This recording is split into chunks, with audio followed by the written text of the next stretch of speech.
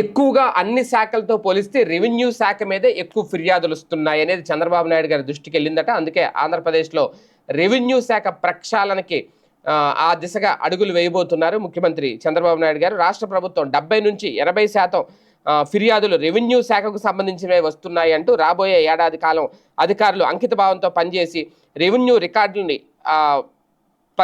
ఇమీడియట్గా సరిచెయ్యాలి అంటూ ముఖ్యమంత్రి ఆదేశాలు జారీ చేశారు అధికారులకి.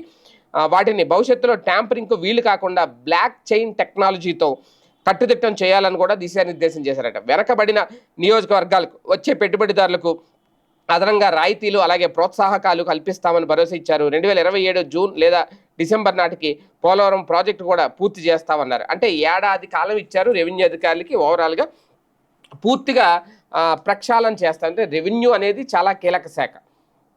సివిల్ డిస్ట్రిబ్యూట్స్ అన్నీ ఎక్కువ అక్కడే ఉంటాయి. రెవెన్యూ పరిధిలో భూములు కొలతలు ఇవన్నీ చాలా పక్కాగా ఉండాలి.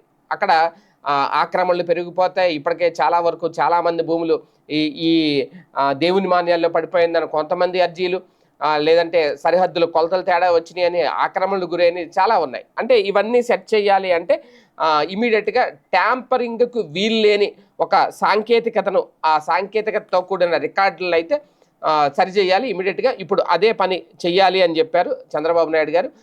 ఆంధ్రప్రదేశ్లో రెవెన్యూ శాఖలో ఉన్న ఫిర్యాదులు ఏ శాఖలోనూ లేవట.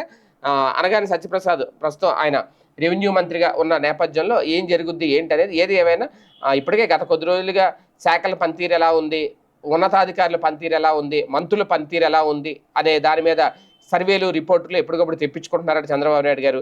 ఈ నేపథ్యంలో రెవెన్యూ శాఖకు సంబంధించి అయితే కీలక వ్యాఖ్యలు చేశారు. మరి భవిష్యత్తులో ప్రక్షాళన దిశగా అడుగులంటే ఎలాంటి మార్పులు చూడబోతున్నామనే చూడాలి.